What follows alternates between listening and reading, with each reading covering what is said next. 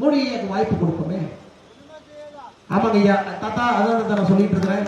தாத்தா பாருங்க 70 வருஷமா ஓட்டு போட்டு கைரேகை தெரிஞ்சதான் மிச்சம். அங்கிருந்து கை தூக்கி ஒண்ணுமே செய்யுங்கிறான். ஓட்டு போட்டு கைரேகை தெரிஞ்சதான் மிச்சம். கைரேகை தான் போச்சு. ஆமா தாத்தா, 2024 நமக்கு ஒரு வாய்ப்பு. பாரத பிரதமர் நரேந்திர மோடி அவர்கள் வளர்ச்சி அரசு. இப்ப தமிழ்நாட்டில் பாத்தீங்கன்னா அடிக்கடி ஜாதியை பத்தி பேசுறாங்க. எந்த அரசியல்வாதி மைக் எடுத்தாலும் ஜாதி ஜாதி ஜாதின்னு தான் பேசுறாங்க. ஜாதியை வச்சுதாங்க அரசியல்.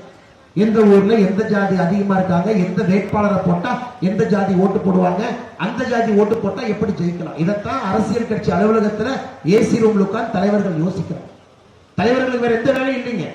நீங்க சென்னை வந்து தமிழகத்தினுடைய அரசியல் கட்சி அலுவலகத்துக்கு போய் எட்டி பார்த்தீங்கன்னா இந்த ஊர்ல இந்த ஜாதி அதிகம், அப்ப இந்த ஜாதி தலைவரை போட்டா இந்த ஜாதி ஓட்டு போடுவாங்க, இந்த ஜாதி ஓட்டு போட்டா ஜெயிச்சிடலாம். நாங்கள் அதை நம்ப மறுக்கின்றோம். இரண்டாவது முறை மோடி ஐயா சொல்றாருங்க. மோடி ஐயா கேட்டாங்க, ஐயா இந்தியாவிலே எத்தனை ஜாதி இருக்கு? பாரத பிரதமர் நரேந்திர மோடி அவர்கள் சொன்னார்கள், இந்தியாவிலே 4 ஜாதி இருக்கு.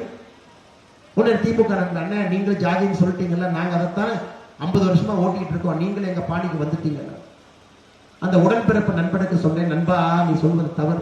எங்களை பொறுத்தவரை 4 ஜாதி என்னன்னாங்க, முதல் ஜாதி என்பது ஏழை ஜாதி, இரண்டாவது ஜாதி என்பது பெண்கள் ஜாதி, மூன்றாவது ஜாதி என்பது விவசாயிகள் ஜாதி, நான்காவது ஜாதி என்பது இளைஞர்கள் ஜாதி. இந்த 4 ஜாதிகளை மட்டும்தான் பாரதிய ஜனதா கட்சி நம்புகிறது.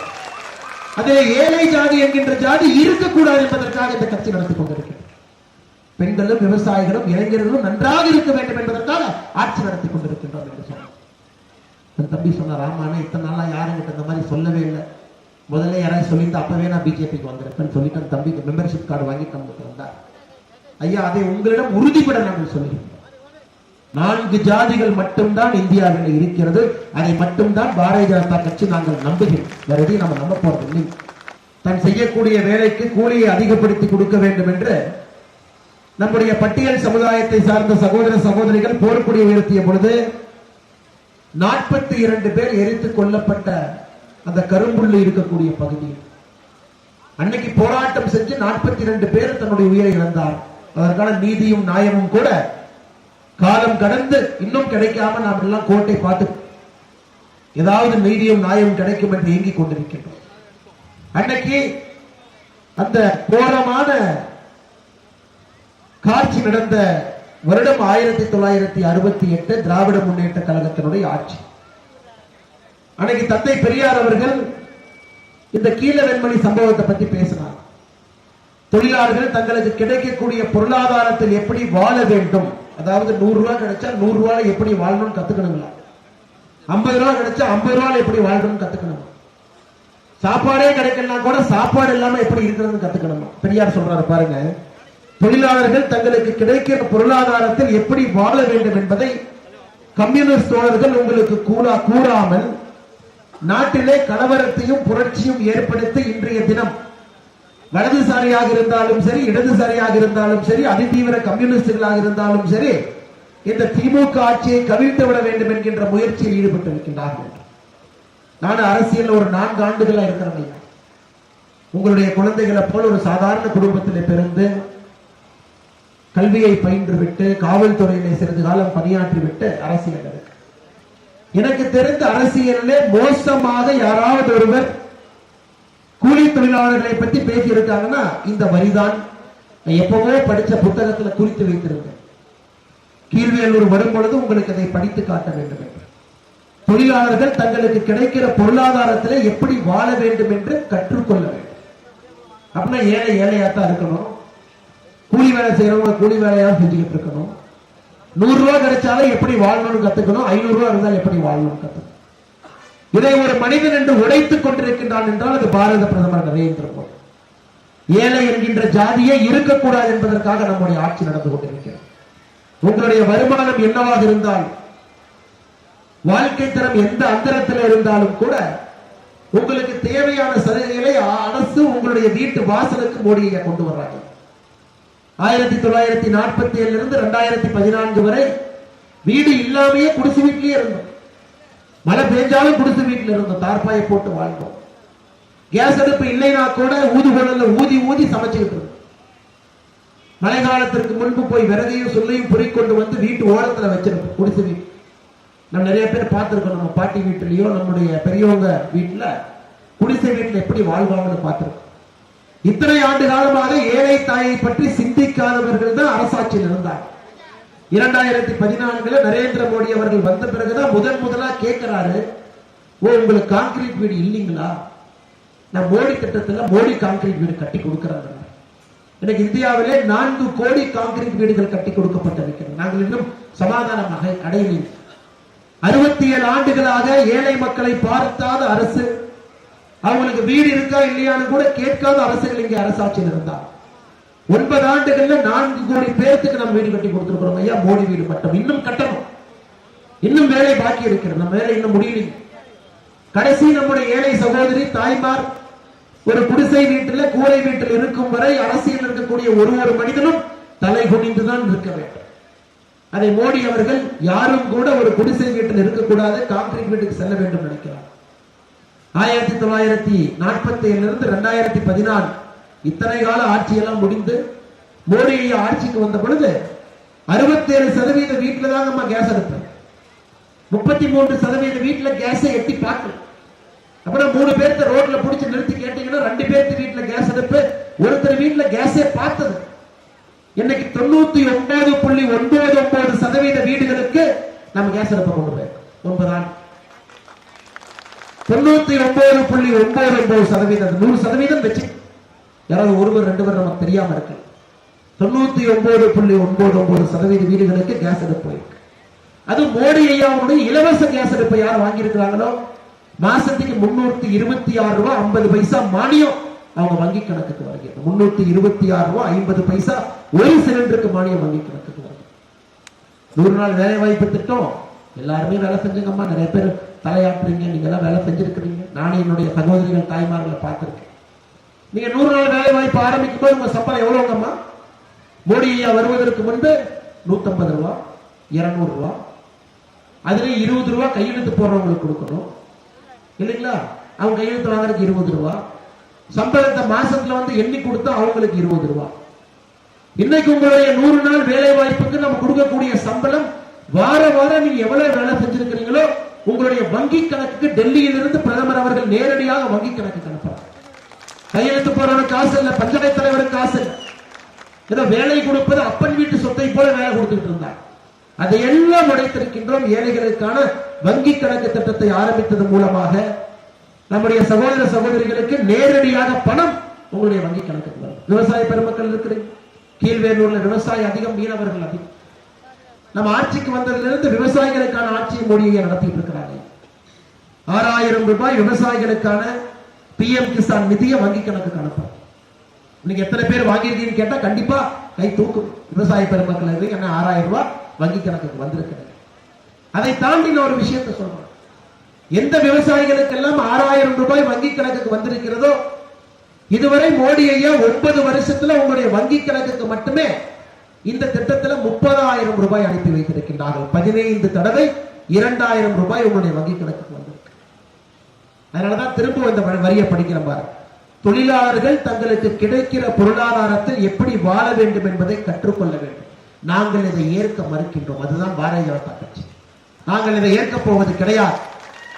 தொழிலாளர்கள் கிடைக்கிற பணத்தில் எப்படி வாழணும் அப்படிங்கிறத விட உங்களுக்கு பணத்தை கொடுத்து நன்றாக வாழ வைக்க வேண்டும் என்பது பாரதிய ஜனதா கட்சியினுடைய சித்தாந்தம். அதை அந்தோதயா என்று சொல்லுகின்றோம். நம்முடைய கட்சியை நிறைய தலைவர்கள் ஆரம்பிச்சாங்க. அவங்க கேட்டாங்க, ஐயா எதுக்காக இந்த கட்சி ஆரம்பிச்சீங்க? இந்தியன் நேஷனல் காங்கிரஸ், இந்திய தேசிய காங்கிரஸ் 1885 ஆரம்பிக்கப்பட்ட பொழுது சுதந்திரம் வேண்டும் என்பதற்காக ஆரம்பித்தார். இந்தியாவில் ஒரு கட்சி ஒன்னொன்னு ஆரம்பிச்சாங்க. பாரதிய ஜனதா கட்சி எதுக்கு ஆரம்பிச்சுன்னு கேட்ட பொழுது நம்முடைய மூத்த தலைவர்கள் சொன்னார்கள் அந்தோதயா என்று சொன்னார்கள் ஹிந்தியில். அதுக்கு அர்த்தம் என்னன்னாங்க, கடைசி ஏழை இருக்கும் வரை இந்தியாவிலே பாரதிய ஜனதா கட்சி இருக்கும் என்று சொன்னார். அதற்காக தான் இந்த கட்சியை நாங்க நடத்துறோம். 1968 சொன்னார். இன்னைக்கு 2023 திரும்பி பார்த்தாலும் கூட அதைத்தான் மோடி ஐயா சொல்றாங்க. 4 கோடி பேருக்கு வீடு கொடுத்திருக்கோம் 9 ஆண்டுகள் சமாதானமாக அடையும். இன்னும் நிறைய பேருக்கு கொடுக்க வேண்டும். வேகமாக உழைத்துக் கொண்டிருக்கிறோம். கேஸ் அடுப்பே இல்லாத 33%. அது எத்தனை பேருக்கு பாத்தீங்கன்னா 13 கோடி பேருக்கு கேஸ் அடுப்பு கொடுக்கணும். கழிப்பறையே இல்லாம வாழ்ந்துகிட்டு இருந்தோம் ஐயா. கழிப்பறையே இல்ல. நம்ம 2014 வரை நமக்கு தெரியும் நம்முடைய சகோதரிகள் தாய்மார்கள் நிற்கிறார். கீழ்வேலூர் ஒரு சின்ன கிராமம், அந்த ஊருக்கு வெளியே போயிட்டீங்கன்னா சின்ன சின்ன கிராமங்கள் இருக்கு. அது போன்ற ஒரு கிராமத்துல தான் நானும் பிறந்தேன். நம்முடைய தாய்மார்களும் பெண்களும் ஊர்ல எல்லாரும் எந்திரிக்கிறதுக்கு முன்னாடி 1 மணி நேரத்துக்கு முன்னாடி அவங்க எந்திரிச்சு வெளியே போவாங்க. இயற்கை உபதிக்கு யாரும் பார்த்து விடக்கூடாது. தண்ணி கூட இருக்கா. அந்த காலகட்டத்தை எல்லாம் நம்ம பார்த்துக்கிறோம். 2014 வரை அந்த அநியாயத்தை எல்லாம் நம்ம பார்க்கிறோம். எனக்கு இந்தியாவில் மட்டும் 11 கோடி கழிப்பறைகளை கட்டி கொடுத்திருக்கின்றோம். 11 கோடி. தமிழகத்துல மட்டும் திராவிட மாடல். நம்ம ஆட்சிக்கு வருவதற்கு முன்பு திமுக 5 முறை முதலமைச்சராக இருந்திருக்கிறார். 6வது முறை. அவங்க 5 முறை முதலமைச்சராக இருந்தும் செய்யாத மோடி செஞ்சிருக்காங்க. தமிழகத்துல மட்டுமே 56 லட்சம் கழிப்பறைகளை கட்டி கொடுத்திருக்கின்றோம். இந்த திராவிட மாடல் வளர்ந்து விட்டு தமிழகம் இங்கு 56 லட்சம் கழிப்பறைகளை மோடியை கட்டி கொடுத்திருக்காங்க. அதனால் இந்த வரியை நான் ஏற்க மறுக்கின்றேன். தொழிலாளர்கள் தங்களுக்கு கிடைக்கிற பொருளாதாரத்திலே எப்படி வாழ வேண்டும் என்று கற்றுக்கொள்ள வேண்டும் என்று சொல்லக்கூடிய இந்த வரியை நிச்சயமாக நாங்கள் எதிர்க்கின்றோம். 9 ஆண்டுகளாக பாரதிய ஜனதா கட்சியுடைய ஆட்சியை நீங்கள் பார்த்துக் கொண்டிருக்கிறீர்கள். நம்முடைய ஜனநாயக நாட்டில் ஊழல் செய்யாம இருந்தா பெருசு இல்லைங்களா? நீங்களே ஏத்துக்கிட்டீங்க. ஊழல் தான் போறான், அதுல கம்மியா யாரும் ஊழல் செய்யறானோ அவனுக்கு ஓட்டு போடலாம். அப்படித்தான் நம்முடைய மனசே இருக்கு இல்லைங்களா? இவன் 10 ரூபா திருடுவான், இவன் வந்தா 5 ரூபா திருடுவான், இவன் வந்தா 30 ரூபா திருடுவான். இந்த முறை 15 ரூபா திருடனுக்கு ஓட்டு போட்டோம், அடுத்த முறை 10 ரூபா திருடனுக்கு ஓட்டு போடுறோம். இப்படித்தாங்க நம்ம ஓட்டு போட்டோம். நீ உண்மை சொல்லு. இவன் கொஞ்சம் கம்மியா திருடுவான், அவனுக்கு ஓட்டு போடுவோம். போட்டோடனே அவன் அதிகமா திருடுவான். அப்புறம் அவன் கம்மியா திருடுவான், மறுபடியும் அவனுக்கு மாத்தி குத்துவான். 5 வருஷம் கழிச்சு அவன் அதிகமா திருடுவான். இதைத்தான் நாம 67 இருந்து பார்த்துக்கிட்டே இருக்கணும் தமிழ்நாடு. ஆனா இன்னைக்கு 1 ரூபாய் கூட திருடாமல் ஒரு அரசு இருக்குன்னா பாரதிய ஜனதா கட்சி. 9 ஆண்டுகளாக ஒரு பைசா ஒத்த பைசா பாரதிய ஜனதா கட்சியிலே மோடி அவர்கள் ஒத்த பைசாவை திருடி விட்டார்கள் என்று கை நீட்டி குற்றம் சொல்லாத அளவுக்கு நம்முடைய ஆட்சி 9 ஆண்டு காலமாக நடந்துவிட்டு இந்திய ஜனநாயகத்தில் பெருசு. அதனாலதான் இன்னைக்கு எல்லா கட்சிகளும் மோடி ஐயாவை எதிர்த்து இந்தி கூட்டணியில் நிற்கிறாங்க. எல்லாம் நிற்கிறாங்க. அந்த பை வெட்டி பாருங்க. லல்லு பிரசாத் யாதவ் உட்கார்ந்து இருக்கார், உத்தமன் போல உட்கார்ந்து இருக்கார். இந்தியாவுக்கு லஞ்ச ஊழல் என்னன்னு சொல்லிக் கொடுத்தது லல்லு பிரசாத் யாதவ். ஒரு 2 சேர் தள்ளி ஐயா மு.க. ஸ்டாலின் உட்கார்ந்து இருக்கார். இந்தியாவுக்கு விஞ்ஞான ஊழல் என்னன்னு சொல்லிக் கொடுத்து அவருடைய தந்தையார் கலைஞர் கருணாநிதி. அப்படியே இங்கிருந்து 2 ஸ்டெப் பார்த்தீங்கன்னா மம்தா பானர்ஜி உட்கார்ந்து இருக்கிறார். இந்தியாவிலே மோசமாக ஆட்சி பெங்கால்ல எப்படி நடத்துறது அப்படிங்கிற இலக்கணமாக மம்தா பானர்ஜி. அங்கிருந்து 2 சேர் தள்ளி பார்த்தீங்கன்னா அரவிந்த் கெஜ்ரிவால் உட்கார்ந்து இருக்கார். பொய்யிலே பிறந்து பொய்யிலே எப்படி வாழ்வது என்பது அரவிந்த் கெஜ்ரிவால் அவருடைய இலக்கணம். இவங்க எல்லாம் ஒன்னா சேர்ந்து மோடி என்கின்ற தனி மனிதனை எதிர்ப்பதற்கு ஒரு கூட்டம். நீங்க எல்லாம் கண்டிப்பா எனக்கு தெரியுங்கம்மா, நீங்க நியாயத்தையும் நேர்மையும் பார்க்கக்கூடியவர். 9 ஆண்டு காலமா பார்க்கிறேன் இந்த ஆட்சி எப்படின்னு பார்க்கிறேன். கீழ்வேலூர்ல இதுவரை பாரதிய ஜனதா கட்சி ஜெயிக்காம இருக்கலாங்கம்மா. அது பழைய சரித்திரம். 2023க்கு முன்னாடி சரித்திரம். இந்த யாத்திரை இங்கே வந்திருப்பதுங்கம்மா ஐயா 2023 புதிய சரித்திரத்தை எழுத வேண்டும் என்று உங்களிடம் வேண்டுகோள் வைப்பதற்காக அந்த புதிய சரித்திரத்தை எழுதுகின்ற நேரம் நமக்கு வந்துவிட்டது. குறிப்பாக இந்த நாகப்பட்டினம் பாராளுமன்ற தொகுதி, கீழ்வேலூர் சட்டப்பேரவை தொகுதி 2024 புதிய சரித்திரத்தை நாம் எழுத வேண்டிய கட்டாயம் இருக்கு. இவங்கெல்லாம் வேண்டாம். இளைஞர்களுக்கு பிடிக்கல. இளைஞர்களுக்கு அந்த அடைமொழி வச்சாலே பிடிக்காது. நானும் வரும்போது சத்தம் போடுவோம், எதுக்கு அந்த போஸ்டர்ல என் பேருக்கு அடைமொழி எல்லாம் வைக்கிறீங்க? அப்பா அம்மா அண்ணாமலையும் பேர் வச்சாங்க, அண்ணாமலையும் தான் எழுதணும். அதுக்கு முன்னாடி எதுக்கு சிங்கமே வைரமே தங்கமே எல்லாம் ஏன் எழுதுறேன்? அந்த அரசியலை நானும் வெறுக்கின்றேன். நமக்கே அடைமொழி கொடுத்து நாமளே நம்மளை கடவுளாக மாற்றி ஏதோ பெரிய மனிதனை போல காத்துக்கிறது. மோடி ஐயாவும் அந்த அரசியலை வெறுக்கிறார். மோடி அவர்கள் எங்கிட்ட சொல்றார், அவரை மோடிஜின்னு கூப்பிடக்கூடாது, மாண்புமிகு மோடின்னு கூப்பிடக்கூடாது, மோடின்னு மட்டும் கூப்பிடுங்க. எனக்கும் ஏழை மக்களும் இருக்கக்கூடிய பந்தத்தை இந்த புது புது பேரெல்லாம் வச்சு கெடுத்துறாதீங்க அப்படிங்கிறார். அடைமொழி இல்லாத அரசியலை பாரதிய ஜனதா கட்சி தமிழகத்துல ஒரு சாமானிய அரசியலை செய்ய வேண்டும் என்று நினைக்கிறோம். உங்களோடு உங்களாக இருக்க வேண்டும் என்று நினைக்கிறோம். இளைஞர்கள் அதனாலதான் நிறைய பேர் இந்த யாத்திரைக்கு வராங்க. பிடிக்கல, எல்லா அரசியலையும் பார்த்துட்டாங்க. இளைஞர்களுக்கு ஒரு சின்ன ஆசை இருக்கும். நாமும் இந்த கட்சியில இணைந்து ஒரு 10 ஆண்டு காலம் கடுமையாக உழைத்து மக்கள் பணி செய்வதற்கு இந்த கட்சி நமக்கு ஒரு வாய்ப்பு கொடுக்குமா? இன்னைக்கு இந்த கட்சி மட்டும்தாங்க கொடுக்கும். இந்த கட்சி மட்டும்தான் கொடுக்கும். திமுக எடுத்துக்க ஒரே குடும்பம், அந்த குடும்பத்தில் பிறந்திருந்தால் மட்டும்தான் திரும்ப திரும்ப ஆட்சி. ஐயா கலைஞர் கருணாநிதி அவர்கள், அதன் பிறகு நம்முடைய முதலமைச்சர் மாண்புமிகு மு.க. ஸ்டாலின் அவர்கள், இன்னைக்கு உதயநிதி ஸ்டாலின் அப்படியே வெளியே வர ஆரம்பிச்சிட்டாரு. அவர் பையன் இன்பநிதி ஸ்டாலின் அப்படியே கட்சி நிகழ்ச்சிக்கெல்லாம் போறாரு. நமக்கு தெரியாது எத்தனை தலைமுறைகள் இந்த அரசியல் போகும். தலைமுறை தலைமுறையாக அரசியல் செய்து ஏழை மக்கள் இன்னும் ஏழையாக இருக்கின்றார்கள். காரணம், அவர்களுடைய அரசியல் சாமானியர்களுக்கான அரசியல் இல்லைங்க. அவங்க நன்றா இருக்கணும், கோபாலபுரம் நன்றாக இருக்க வேண்டும் என்பதற்காகத்தான் திமுக என்கின்ற கட்சி நடக்குது. அவங்களை தாண்டி உங்க ஊருக்கு வா, திருச்சி பக்கம் போனா KN நேரு அவரு போய் அடுத்து MP எலெக்ஷன் நிற்கிறார். அப்படியே ஒரு ஒரு ஊரா பாத்தீங்கன்னா சிற்றரசர்களை போல ஒரு ஒரு ஊரிலும் போல ஒரே குடும்பம் இருக்கு. அதை பாரதிய ஜனதா கட்சி உடைக்க வேண்டும் என்று நினைக்கின்றோம். சாமானிய மனிதர்களை கொண்டு வரும். எதுக்குமா மோடி அவர்கள் 33% பெண்களுக்கு இடஒதுக்கீடு எதுக்குமா கொடுத்தாரு? 33% பெண்களுக்கு இடஒதுக்கீடு பாராளுமன்றத்தில் சட்டப்பேரவையில 2029 இருந்து வரத்தான் போகுது. நம்ம கண் முன்னாடி நம்ம பார்க்கத்தான் போறோம். 3க்கு 1 MLA ஒரு சகோதரியாகி ஒரு தாய்மாரா இருக்க போறாங்க. எதுக்கு? ஏழை தாயினுடைய வயிற்றிலிருந்து பிறந்திருக்கக்கூடிய பெண் குழந்தை இந்தியாவுடைய ஆட்சியாளராக வர வேண்டும் என்பதற்காக, ஒரு பெண்ணுக்கு அந்த வழி புரியும் என்பதற்காக. இதெல்லாம் எந்த கட்சியும் எடுக்கலீங்க, நாம் எடுத்திருக்கோம். அவர்களுக்கு அந்த வாய்ப்பை உருவாக்கி கொடுக்க வேண்டும் என்று மோடி ஐயா நினைக்கிறார். பெண்களுக்கான ஒரு ஆட்சினா நம்முடைய பாரத பிரதமர் நரேந்திர மோடி அவருடைய ஆட்சி. நீங்க பாருங்க, பட்டியல் சமுதாயத்தினுடைய சகோதர சகோதரி நீங்க இருக்கிறீங்க. சமூக நீதி திமுக வாய்க்கிலேயே பேசுறீங்க. கம்யூனிஸ்ட் நண்பர்கள் மீது எனக்கு கோபம் கிடையாது. கட்சியை ஆரம்பித்த பொழுது நல்ல சித்தாந்தம் தான், நல்ல சித்தாந்தம். ஏழைகளுக்காக பாடுபடுவோம், தொழிலாளர்களுக்காக பாடுபடுவோம், குரல் கொடுப்போம், தவறே கிடையாது. கார்ல் மார்க்ஸ் அவங்க சொன்னதும் தவறில்லை. ஆரம்பத்திலே சித்தாந்தம் நன்றா தான் இருந்துச்சு. நம்ம எல்லாருமே கார்ல் மார்க்ஸ் புத்தகத்தை வாங்கி படித்திருக்கின்றோம். அந்த காலத்து கம்யூனிஸ்ட் காரங்களை பார்த்து ஆச்சரியப்பட்டோம். பாருங்க, ஒரு துண்டை மட்டும் போட்டுக்கிட்டு ஒரு டீ கூட வாங்கி குடிக்காம எப்படி மக்களுக்காக பாடுபடுறாங்க. ஆனா இன்னைக்கு கம்யூனிஸ்ட் கட்சிக்காரங்க அப்படி இருக்காங்களா? ஒரே ஒரு நல்ல கண்ணையா இருந்தாங்கன்னா கம்யூனிஸ்ட் கட்சி விளங்கிருங்களா?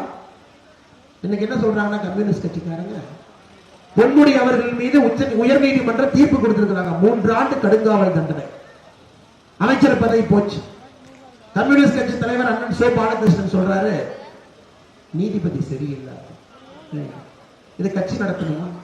ஒரு திமுகவுடைய கூட்டணி கட்சியா இருந்ததுக்கு 7-8 ஆண்டுகளுக்கு முன்பு திமுகவுடைய வங்கி கணக்கிலிருந்து கம்யூனிஸ்ட்காரங்களுக்கு 25 கோடி ரூபாய் டிரான்ஸ்பர் பண்ணலாம். அதனாலதான் நம்ம அடிக்கடி சொல்லுவோம், 25 கோடி ரூபாய்க்கு கம்யூனிஸ்ட் கட்சியை அடகு வைத்த தலைவர்கள் திமுக பேசுறாங்க.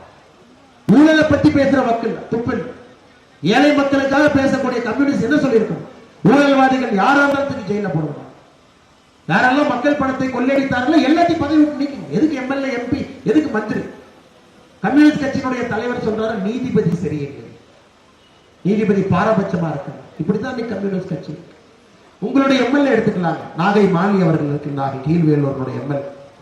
போய் இந்த தொகுதி பொருளாதாரத்திலே பின்தங்கிய தொகுதியா இருக்கு, இளைஞர்களுக்கு வேலை வாய்ப்பு இல்லை, உலகம் முழுவதுமே இளைஞர்கள் போறாங்க, அவர்களுக்காக நல்ல திட்டங்களை கொண்டு வாங்கினா இந்த அசம்பிளியில போய் மைக் எடுத்து என்ன பேசுறாருன்னா, ராமர் பாலம் என்பது கட்டுக்கதை, அதை உடைத்து தகர்த்தெறிந்து விட்டு கப்பலை வேணுங்க.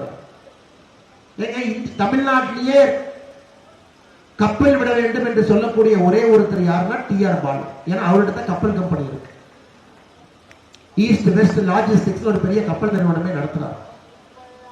TR பாலு கப்பல் விடுங்கன்னு சொன்னா அதுல ஒரு நியாயம் இருக்கு. ஏன்னா அவர்கிட்ட கப்பல் கம்பெனி இருக்கு. எப்படியாச்சும் இந்த ராமர் பாலத்தினால ஏத்துட்டு போனா கொஞ்சம் பணம் வரும். இப்ப நாகை மாலி அவர்கள் ராமர் பாலம் இல்லை கப்பல் விடுன்னு சொன்னா இவரு TR பாலு கப்பல்ல மேனேஜராக இருக்காரா?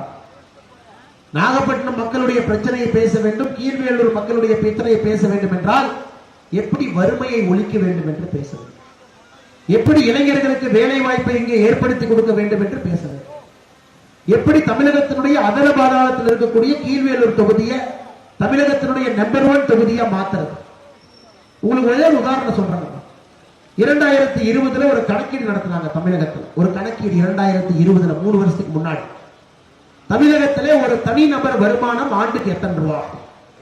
தமிழகத்தில் இருக்கக்கூடிய ஒரு சராசரி மனிதனுடைய ஆண்டு வருமானம் என்பது 2,40,000 ரூபாய். அவங்க குடும்ப வருஷத்துக்கு சம்பாதிக்கிற பணம். அதே நீங்க திருவள்ளூர்ல பிறந்திருந்தீங்கன்னா, நீங்க கீழ்வேலூர்ல பிறக்கல, நாகப்பட்டினத்துல பிறக்கல, இளைஞர்கள் சகோதரிகள் தாய்மார்கள் திருவள்ளூர் மாவட்டம் சென்னை ஒட்டி பிறந்திருந்தீங்கன்னா அங்கே ஒரு மனிதனுடைய சராசரி வருமானம் என்பது 3,84,000. ஒருவேளை நீங்க கோயம்புத்தூர்ல பிறந்திருந்தீங்கன்னா 3,35,000 சராசரி வருமானம். ஒருவேளை காஞ்சிபுரத்தில் பிறந்திருந்தீங்கன்னா 2,81,000 ரூபாய். ஒருவேளை சென்னையில பிறந்திருந்தீங்கன்னா 2,66,000 ரூபாய். ஆனா நாகப்பட்டினத்துல பிறந்திருந்தீங்கன்னா 1,16,000 ரூபாய். திராவிடத்தால் அழிந்தோம் என்கின்ற வார்த்தைக்கு ஒரு உதாரணம் வேண்டும் என்றால் அது நாகப்பட்டினம் மட்டும்தான். கம்யூனிஸ்டை ஆதரித்து அழிந்து கொண்டிருக்கின்றோம் என்ற உதாரணம் தேவைப்பட்டால் அது நாகப்பட்டினம் மட்டும்தான். இவர்களுடைய அரசியல் சித்தாந்தம் என்பது மக்களை பொருளாதாரத்தில் முன்னேற்றக்கூடிய சித்தாந்தம் கிடையாது. தமிழகத்தினுடைய 2020 சராசரி ஒரு மனிதனுடைய வருமானம் 2,40,000. திருவள்ளூர்ல 3,84,000, நாகப்பட்டினத்துல 1,16,000. அப்ப தமிழகத்தினுடைய மனிதர்கள் எல்லாம் எவ்வளவு சம்பாதிக்கிறாங்களோ அவர்களை விட பாதி நாகப்பட்டினத்தில் இருக்கக்கூடிய நாம் சம்பாதிக்கிறோம். திறமையிலே நாம் குறைவா? கிடையவே கிடையாது. தமிழகத்திலே கடுமையாக உழைக்கக்கூடியவர்கள் இருப்பது நாகப்பட்டினம் மாவட்டம். கல்வியிலே குறைவா? இல்லை. அதிகமாக படிப்பவர்கள் இருப்பது இந்த மாவட்டம். ஆனா என்னன்னா நமக்கு வாய்ப்புகள் குறை. இங்க இருக்கக்கூடிய அரசியல் கட்சிகளோ எம்பிக்களோ எம்எல்ஏக்களோ நமக்கு வாய்ப்புகளை உருவாக்கி கொடுக்காமல் இளைஞர்களோ பெண்களோ சகோதரிகளோ தாய்மார்களோ நமக்கு வரக்கூடிய பொருளாதாரத்தையும் கூட கொஞ்சம் கொஞ்சமாக எடுத்து 1,16,000 ரூபாய் ஒரு சராசரி மனிதனுடைய வருமானம். இதை உடைக்கணுங்க ஐயா, இதை மாற்றணும்.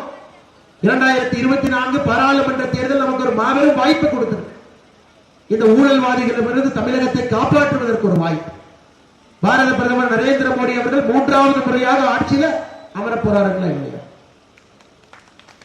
நான் ஒரு கீழ்வேலூர் போது ஒரு பாப்பாட்ட கேட்டேன். ஒரு பாப்பா வந்து அங்கிள் உங்கள்கிட்ட போட்டோ எடுக்கணும். நான் கேட்டேன், கண்ணு உங்கள்கிட்ட ஒரு கேள்வி கேட்பேன், நீ பதில் சொன்னா தான் நான் போட்டோ எடுப்பேன். அந்த பாப்பா கேட்டுச்சு, அங்கிள் கேளுங்க அங்கிள், கண்ணு 2024 எலெக்ஷன்ல யாரு கண்ணு ஜெயிப்பாங்க? என்னை பார்த்து அந்த பாப்பா சொல்லிச்சு, இது என்ன அங்கிள் டவுட், மோடி தான் ஜெயிக்க போறாங்க. இது எல்கேஜி பாப்பா, யூகேஜி பாப்பா. மோடி என்கின்ற பெயரையும் அரசியலும் அவங்க வீட்டுல யாரோ பேசுறத கேட்டு மைண்ட்ல வச்சிருக்கோம். இப்ப அந்த பாப்பா கிட்ட இந்த கேள்வி கேட்க முடியாது, பாப்பாக்கு வயசு கம்மி. நாம இந்த கேள்வி, ஆனா உங்கள்கிட்ட இந்த கேள்வி கேட்கிறோம். மோடி ஐயா அவர்கள் 400 எம்பிக்களோடு வரப்போகின்றார்களா, 450 எம்பிக்களோடு வரப்போகின்றார்களா என்கின்ற கேள்விக்கு பதில் சொல்லத்தாங்க நாம நின்று.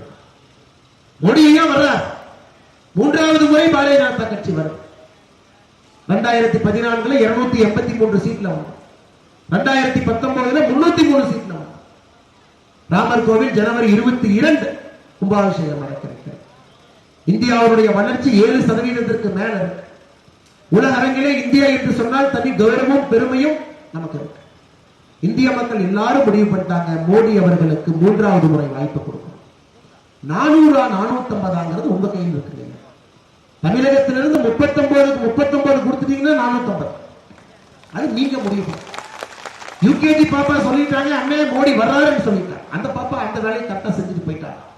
ஆனா நீங்கள் மனசு வைக்க வேண்டும், ஒரு சரித்திரத்தை மாற்றி எழுதும்.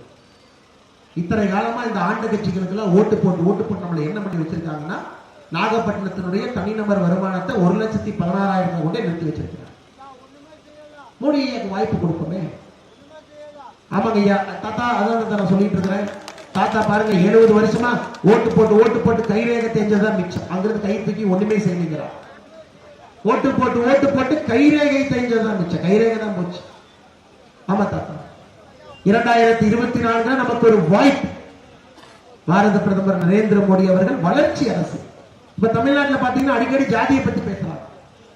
எந்த அரசியல்வாதி மைக் எடுத்தாலும் ஜாதி ஜாதி ஜாதின்னு தான் பேசுறாங்க. ஜாதியை வச்சுதாங்க அரசியல். எந்த ஊர்ல எந்த ஜாதி அதிகமா இருக்காங்க, எந்த வேட்பாளரை போட்டா எந்த ஜாதி ஓட்டு போடுவாங்க, அந்த ஜாதி ஓட்டு போட்டா எப்படி ஜெயிக்கலாம், இதைத்தான் அரசியல் கட்சி அலுவலகத்துல ஏசி ரூம்ல உட்கார்ந்து தலைவர்கள் யோசிக்கிறாங்க. தலைவர்களுக்கு வேற எந்த வேலையும் இல்லைங்க. நீங்க சென்னை வந்து தமிழகத்தினுடைய அரசியல் கட்சி அலுவலகத்துக்கு போய் எட்டி பார்த்தீங்கன்னா, இந்த ஊர்ல இந்த ஜாதி அதிகம், அப்ப இந்த ஜாதி தலைவரை போட்டா இந்த ஜாதி ஓட்டு போடுவாங்க, இந்த ஜாதி ஓட்டு போட்டா ஜெயிச்சிடலாம். நாங்கள் அதை நம்ப மறுக்கின்றோம்.